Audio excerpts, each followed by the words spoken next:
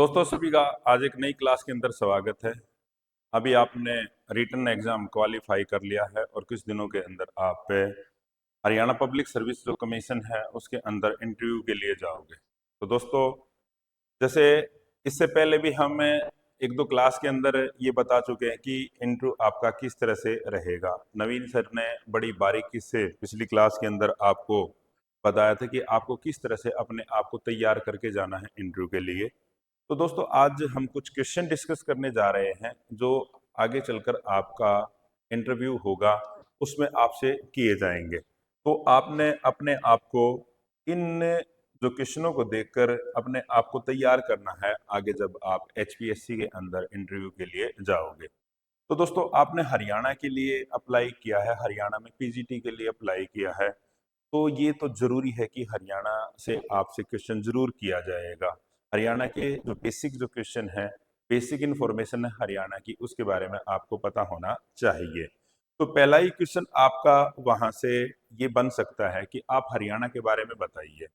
तो दोस्तों यहाँ पर आपको ज्यादा कंफ्यूज होने की जरूरत नहीं है, क्योंकि आपने हरियाणा के पूरे इतिहास के बारे में नहीं बताना। हमेशा क्या ध्यान रखोगे, जो अच्छी चीजें हैं हरियाणा की, जिन चीजों में हरियाणा ने ग्रो किया है नेशनल इंटरनेशनल लेवल पर, तो उन चीजों के बारे में बताइए। तो आप एक तो ये बता सकते हो कि हरियाणा की लोकेशन बता सकते हो कि भाई हरियाणा, आप ये बताइए कि लोकेशन कैसी है, इसके सराउंडिंग में कौन कौन से स्टेट्स हैं। तो हरियाणा आप ये देखना, हरियाणा के कुछ जो जिले हैं वो एनसीआर का पार्ट है, नेशनल कैपिटल रीजन।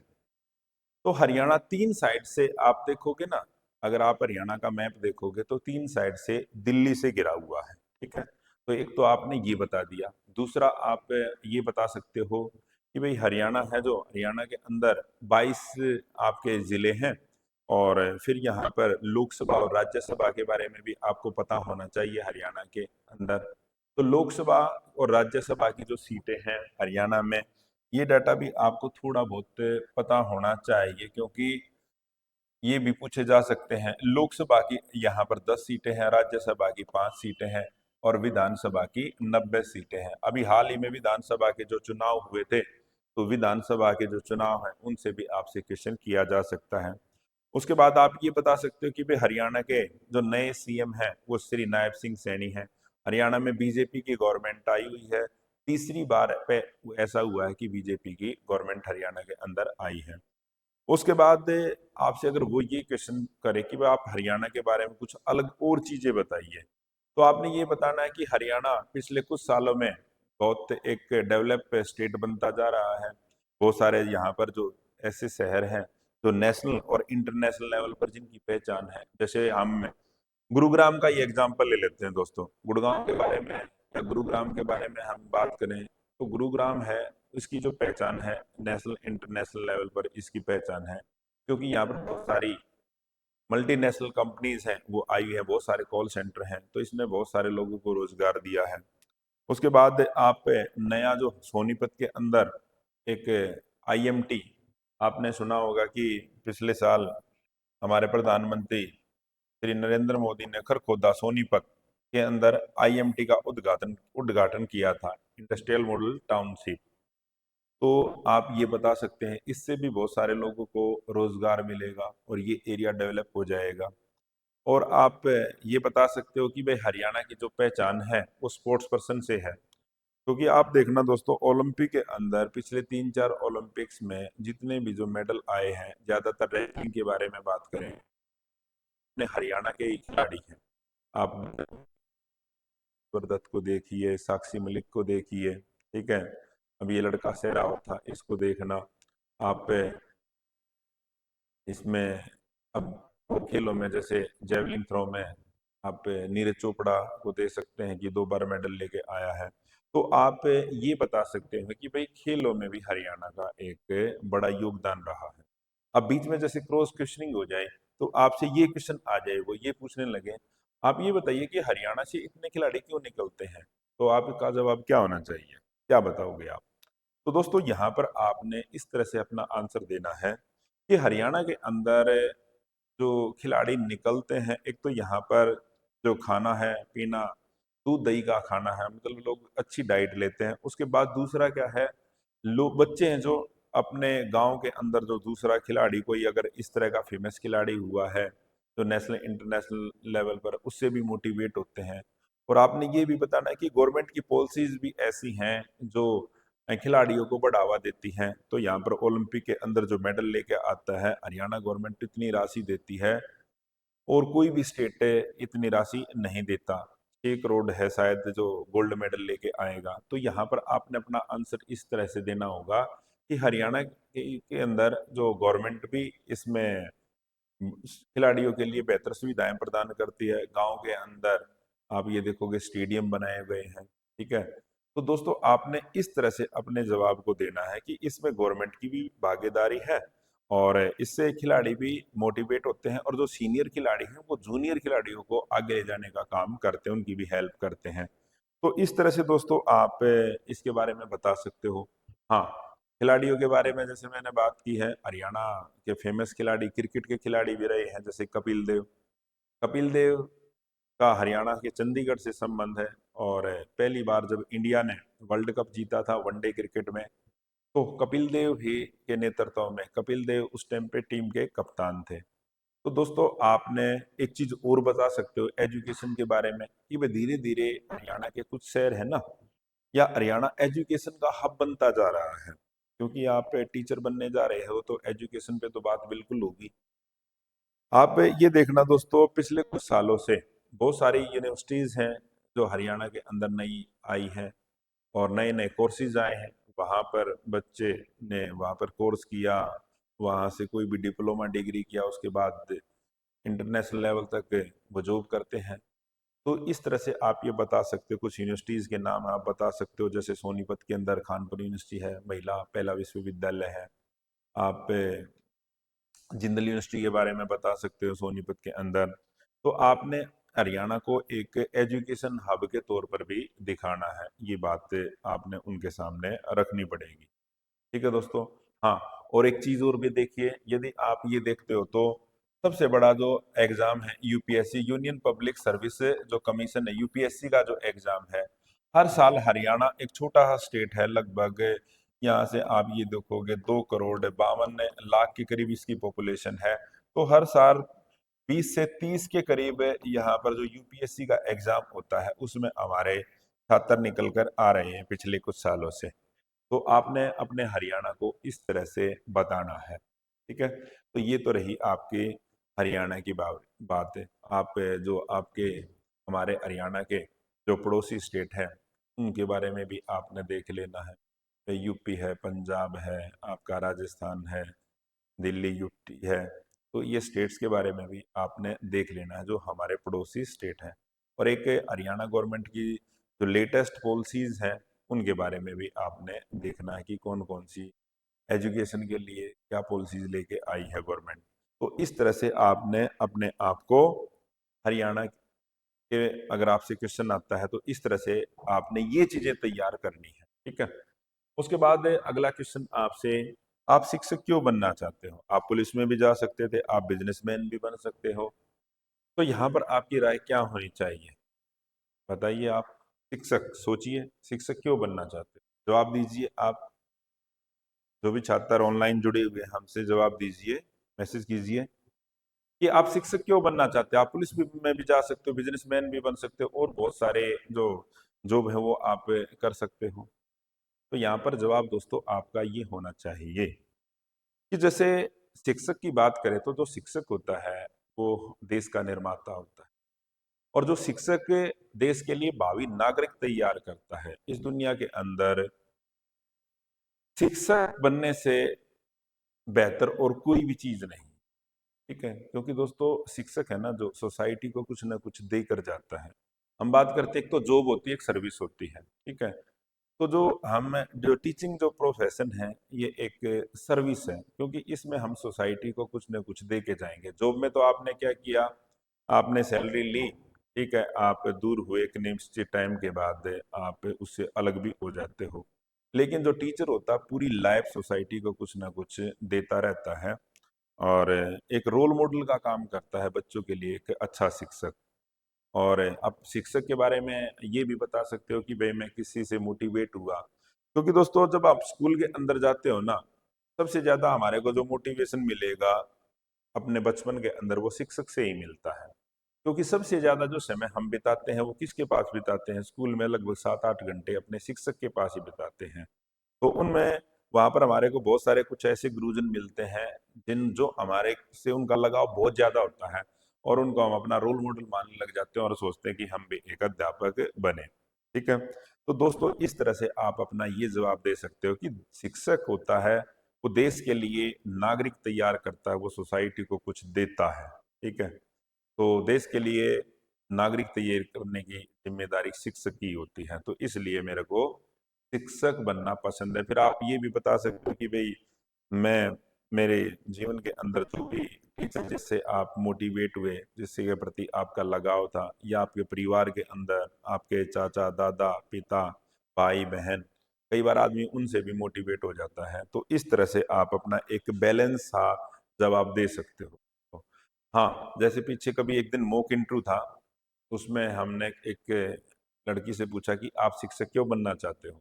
तो उसने जवाब दिया, सर मेरी तो कोई इच्छा नहीं है, मैं तो घर वालों ने फार्म भरवा दिया, फिर उसके बाद कहते हैं कि तैयारी कर, नौकरी करनी है तेरे को। इस तरह से मेरे तो कहेंगे, कोई कह देता है कि जी मेरे सास ने कहा, कोई कहता है कि मेरे हस्बैंड ने कहा, किसी ने कहा कि जी मेरी देवरानी नौकरी लग गई थी तो मैंने सोचा मैं भी पढ़ लूं, मेरे को भी घर वाले कहने लगे तेरे को नौकरी करनी है, तू भी तैयारी कर।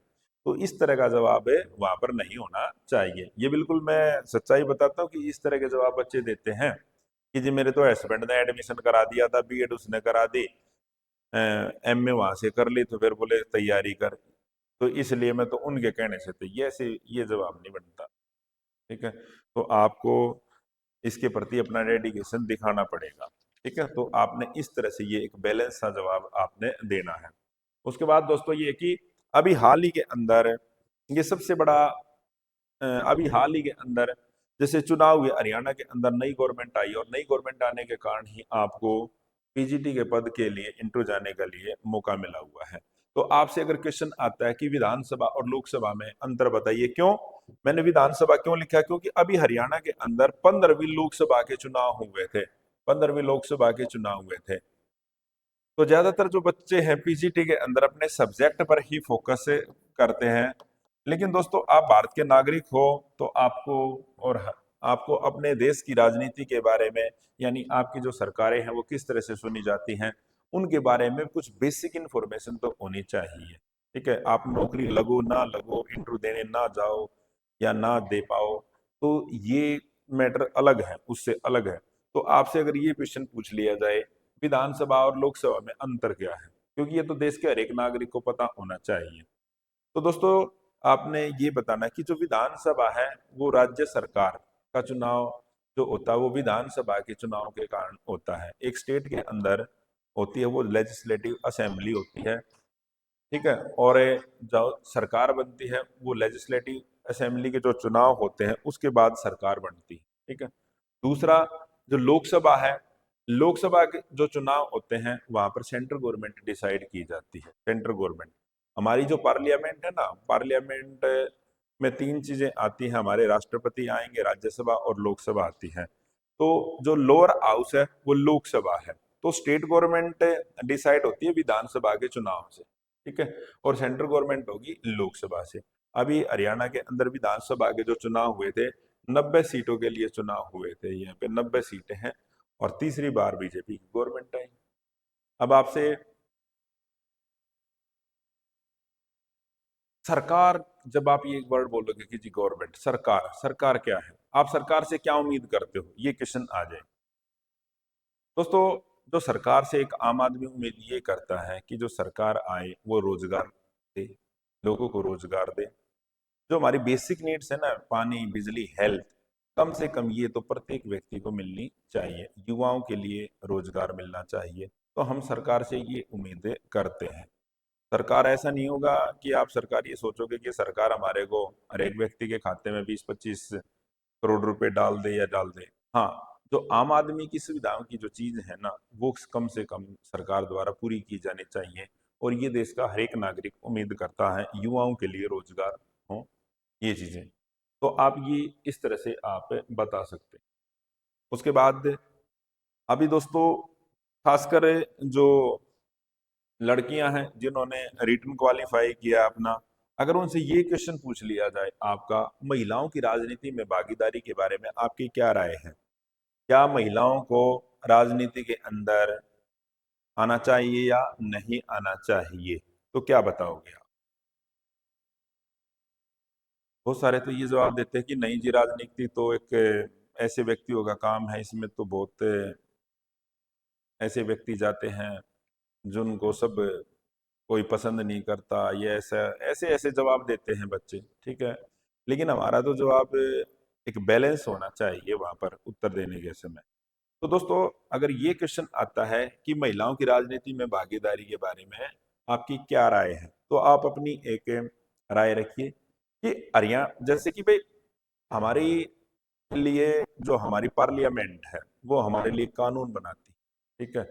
इसी तरह से स्टेट के अंदर जो हमारे लिए कानून बनाती है वो विधानसभा के अंदर जो कानून बनते हैं, अगर किसी स्टेट के अंदर विधानसभा और विधान परिषद है तो बिल दोनों से पास होकर कानून बनता है।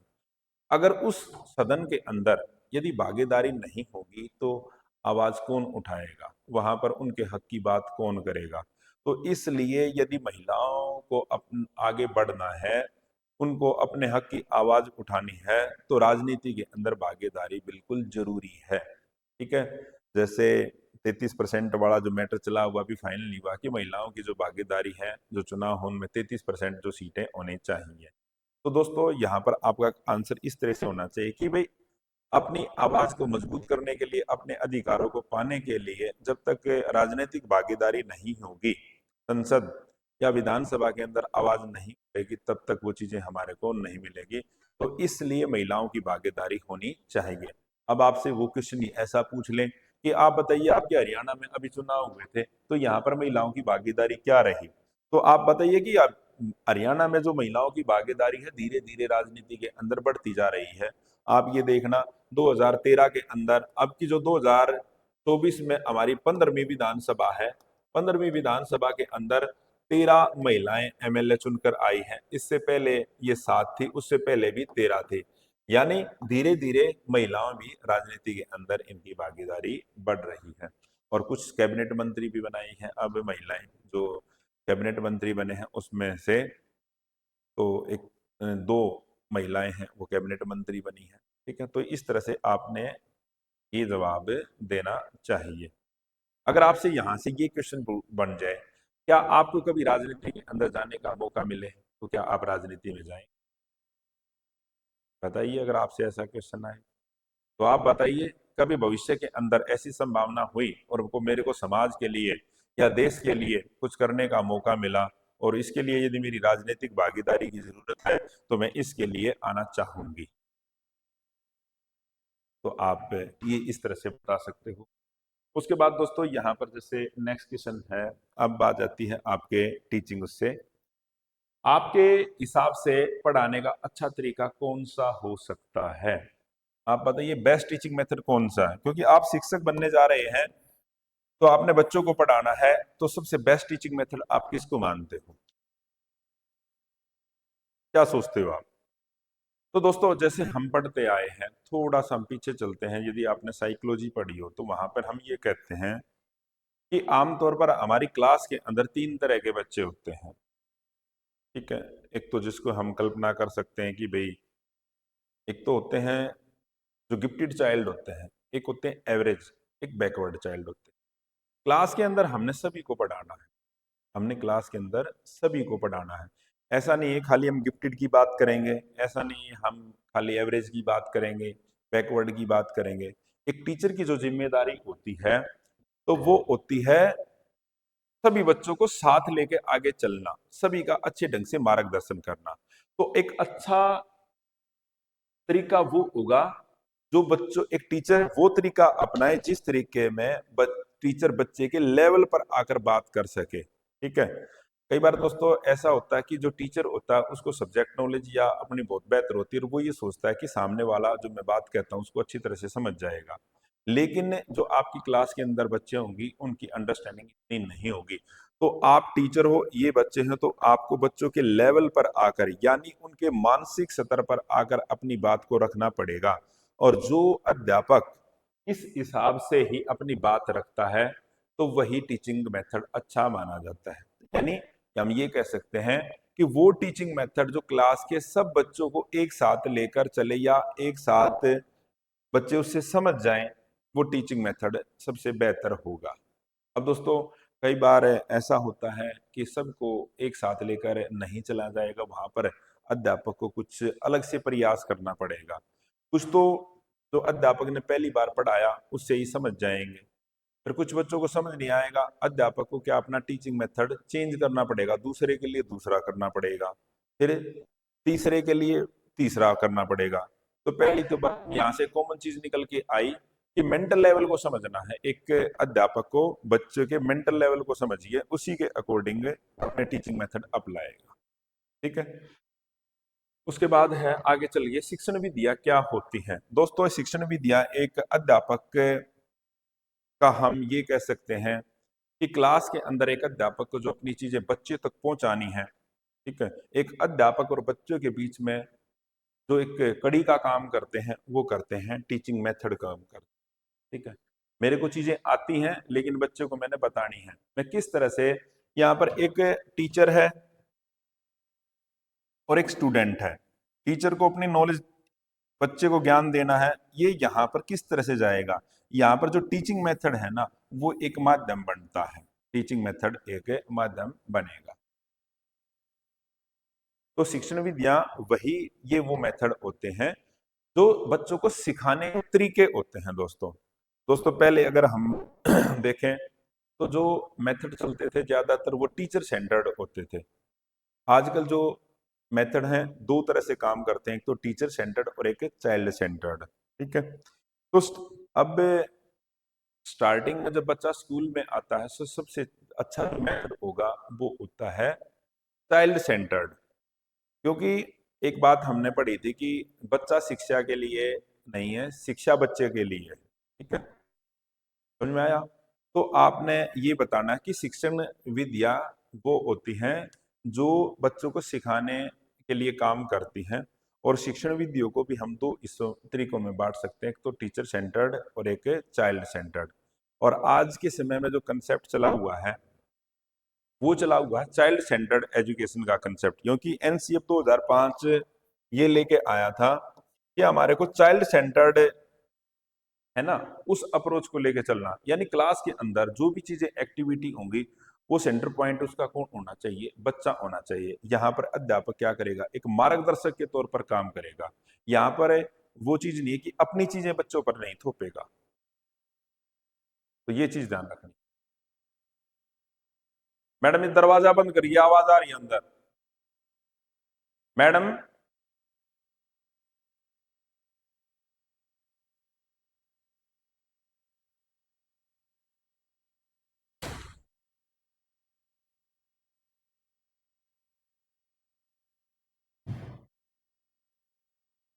ये चीजें क्लियर, उम्मीद करता हूँ चीजें मैंने आपको बताई हैं तो ये शायद क्लियर होंगी। उसके बाद अगला क्वेश्चन आपसे क्या हो जाए, आप कौन सी शिक्षण विधि को अच्छा मानते हैं, यानी कौन सा टीचिंग मेथड आप अच्छा मानोगे। तो दोस्तों जो टीचिंग मेथड बच्चों के मेंटल लेवल के अकॉर्डिंग हो ना, वो शिक्षण विधि सबसे अच्छी होती है। अभी हमने ये चीजें पीछे डिस्कस की थी कि भाई जो टीचिंग मेथड बच्चों के मेंटल लेवल के अकॉर्डिंग होगा, जिसमें बच्चे इंटरेस्ट ले, जिस शिक्षण विधि में ज्यादा से ज्यादा अध्यापक और बच्चों के बीच में जो लगाव, जो मेथड यूज होगा ना, वो सबसे बेहतर तरीका होता है। तो आपने अपना आंसर इस तरह से देना है। उसके बाद अगला क्वेश्चन आता है दोस्तों, अगर आपका पीजीटी में चयन हो जाता है तो आने वाले 10 साल में आप अपने आप को कहां पर देखते हो। ठीक है, बताइए इसका जवाब क्या होगा। यहां पर दोस्तों आपका जवाब ऐसा होना चाहिए, यदि मैं भगवान का शुक्रिया करूंगा अगर मेरा चयन पीजीटी के तौर पर हो जाता है और मेरे को एक अध्यापक बनने का मौका मिलता है, तो मैं शिक्षा के क्षेत्र में बच्चों के लिए काम करता रहूंगा। और यदि मेरे को आगे चलकर हायर एजुकेशन का मौका मिला या कुछ ऐसी पॉलिसीज आई जिसका मैं हिस्सा बन के ज्यादा से ज्यादा इस क्षेत्र के अंदर काम कर सकता हूं, तो मैं उसमें प्रयासरत रहूंगा। जो भी जिम्मेदारियां मेरे को दी जाएं, मैं उन पर बढ़ चढ़कर भाग लूंगा और कुछ नई शिक्षा के क्षेत्र में नए आयाम स्थापित करने की मैं कोशिश करूंगा। मेरे को बीच में अगर ऐसा मिला, मेरे को बीच में किसी हायर एजुकेशन का मौका मिला, तो डिपार्टमेंट ने मेरे को परमिशन दी, तो मैं वहां तक भी जाना चाहूंगा। ठीक है। अगर मेरे को कोई प्रोग्राम चलते हैं कहीं पर, जैसे गवर्नमेंट के कोई पॉलिसीज बनाते हैं, उसमें कोई जिम्मेदारी दी गई, तो मैं उसका हिस्सा बनने की कोशिश करूंगा। तो आपने ये दिखाना है कि मैं बेहतर करता रहूंगा भविष्य में एजुकेशन के लिए। ठीक है। उसके बाद अगला क्वेश्चन है दोस्तों आपका, कक्षा प्रबंधन से आप क्या समझते हो, यानी क्लास मैनेजमेंट। कई बार आप देखते होंगे, यदि आपने कहीं पे प्राइवेट टीचिंग की हो, तो प्रिंसिपल आता है, ये कहता है कि आपकी क्लास मैनेजमेंट अच्छी नहीं है। ठीक है। तो दोस्तों, अच्छा क्लास मैनेजमेंट क्या होती है? मेरा ये मानना है, अच्छी क्लास मैनेजमेंट वो होती है जब क्लास के अंदर एक सकारात्मक माहौल होता है, एक पॉजिटिव माहौल होगा बच्चे को सीखने के लिए, तो मैं उसको मानता हूँ एक बेहतरीन क्लासरूम मैनेजमेंट मानूंगा। तो इसके लिए आपको क्या करना पड़ेगा दोस्तों, यदि आपने अपनी क्लास के अंदर बेहतर माहौल बनाना है पढ़ाने के लिए, एक तो टीचर और स्टूडेंट के बीच में जो गैप होता है ना, उसको खत्म करना पड़ेगा। क्योंकि बहुत सारे जो बच्चे हैं वो अध्यापक से डरते हैं, अपनी प्रॉब्लम बच्चे अध्यापक के सामने रख ही नहीं पाते।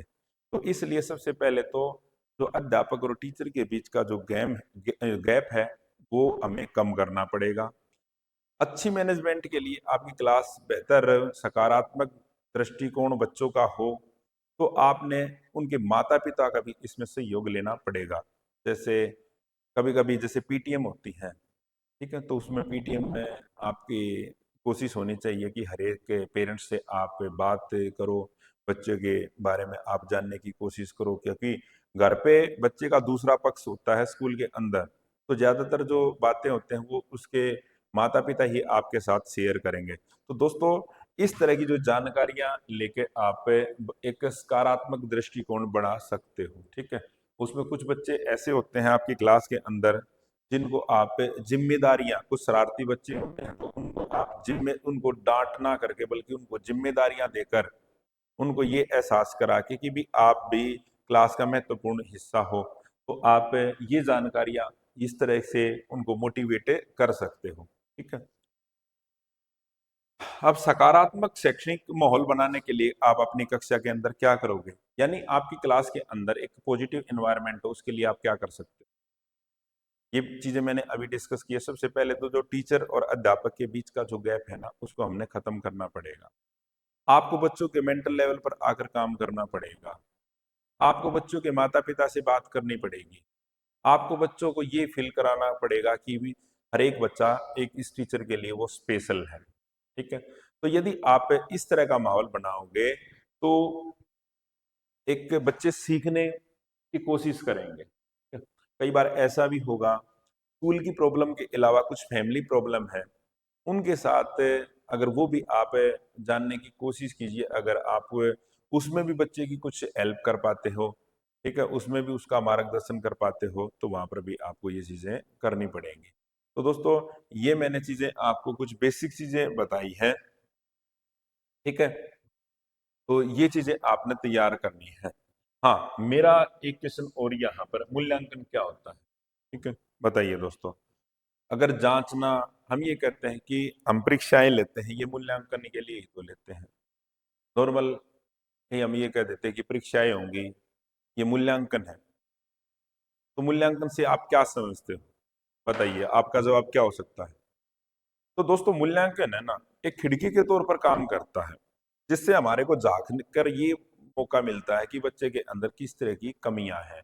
यानी बच्चे के जो सीखने के दौरान कुछ कमियां बच्चे में रह गई, बच्चा उस तरह से परफॉर्म नहीं कर पा रहा, तो वो क्या है, ये मूल्यांकन के माध्यम से ही हमारे को पता चलता है। और आगे उनमें हम सुधार करने का जो प्रयास करते हैं मूल्यांकन के आधार पर ही करते हैं। ठीक है, तो आपने मूल्यांकन के बारे में ये बताना है कि जी ये हमारे को मौका देता है, मूल्यांकन है नहीं, हमारे को मौका देते हैं कि बच्चे के अंदर झांकने का। मूल्यांकन होना चाहिए, समय समय पर बच्चे का मूल्यांकन होना चाहिए ताकि बच्चे के अंदर जो चीजें हैं तो सीखने के दौरान कमियां रह गई हों उनके बारे में हमारे को पता चलता रहे। अगला क्वेश्चन आपसे अगर इस तरह से पूछ जाए, आप ये बताइए पुरुष और महिलाओं में से बेहतर शिक्षक आप किसको मानते हो? ये बड़ा ही एक अच्छा क्वेश्चन है। ठीक है, बताइए क्या आप इसके बारे में क्या जवाब दे सकते हो? बताइए भाई, ऑनलाइन स्टूडेंट बताइए, आप पुरुष और महिलाओं में से किसको बेहतर शिक्षक मानते हो? तो दोस्तों शिक्षक है ना, कोई भी बेहतर हो सकता है, पुरुष भी हो सकता है, महिला भी हो सकते हैं, किसी तरह के जेंडर पे थप्पा नहीं लगा कि खाली पुरुष ही अच्छे शिक्षक होंगे या महिला ही अच्छे शिक्षक होंगे। हाँ, प्राइमरी लेवल पर अगर हम बात करें, वहां पे तो ज्यादातर जो फीमेल जो टीचर है ना, वो ज्यादातर कामयाब रहते हैं। तो इसके पीछे कारण क्या है? क्योंकि जैसे घर के अंदर बच्चे का सबसे ज्यादा लगाव अपनी माँ के साथ होता है, तो इस तरह से छोटे बच्चे का जो लगाव होगा वो महिला टीचर के साथ ज्यादा होता है, और महिला टीचर के अंदर सहन शक्ति ज्यादा होगी। ठीक है, वो बच्चे की छोटी छोटी बातों को भी सहन कर लेती। तो टीचर तो कोई भी बेहतर हो सकता है। आपका जवाब ये हो सकता है कि कुछ हमारे देश के अंदर देखिए, कुछ ऐसी महिलाएं भी ऐसी टीचर हुई हैं जिन्होंने शिक्षा के क्षेत्र में अपना नाम कमाया, और पुरुष भी ऐसे हैं। तो टीचर तो कोई भी हो सकता है। इस तरह से आपने अपना जवाब ये नहीं देना कि महिला अच्छी टीचर हो सकते हैं या पुरुष अच्छे टीचर हो सकते हैं। तो दोस्तों आज की क्लास के अंदर मैं ये इस तरह के क्वेश्चन आपके लिए लेके आया हूँ, आप इन पर काम कीजिए और आप हमारे इंस्टीट्यूट से जुड़िए। हमारा सोनीपत के अंदर इंस्टीट्यूट है, चाणक्य इंस्टीट्यूट है, और आपका कोई भी इस तरह से मन में शंका है तो आप 9996406888 पर आप कॉल कर सकते हो। और हमारे बैच ऑनलाइन और ऑफलाइन दोनों तरह से चले हुए हैं। ठीक है, तो आप प्ले स्टोर से हमारी ऐप एडू चाणक्यन को डाउनलोड कर सकते हैं ऑनलाइन कोचिंग के लिए। तो दोस्तों बहुत सारे छात्र हैं जो पिछले जितने भी हरियाणा के अंदर या केवीएस में एनवीएस में इंटरव्यू हुए हैं जहाँ पर वहाँ पे सिलेक्टेड है हमारे स्टूडेंट, हम आपको एक बेहतर तैयारी करेंगे। तो आप हमारे से जुड़िए और मैं आपको सिलेक्शन की पहले ही शुभकामनाएं देता हूँ। जय हिंद, जय भारत, जय हरियाणा।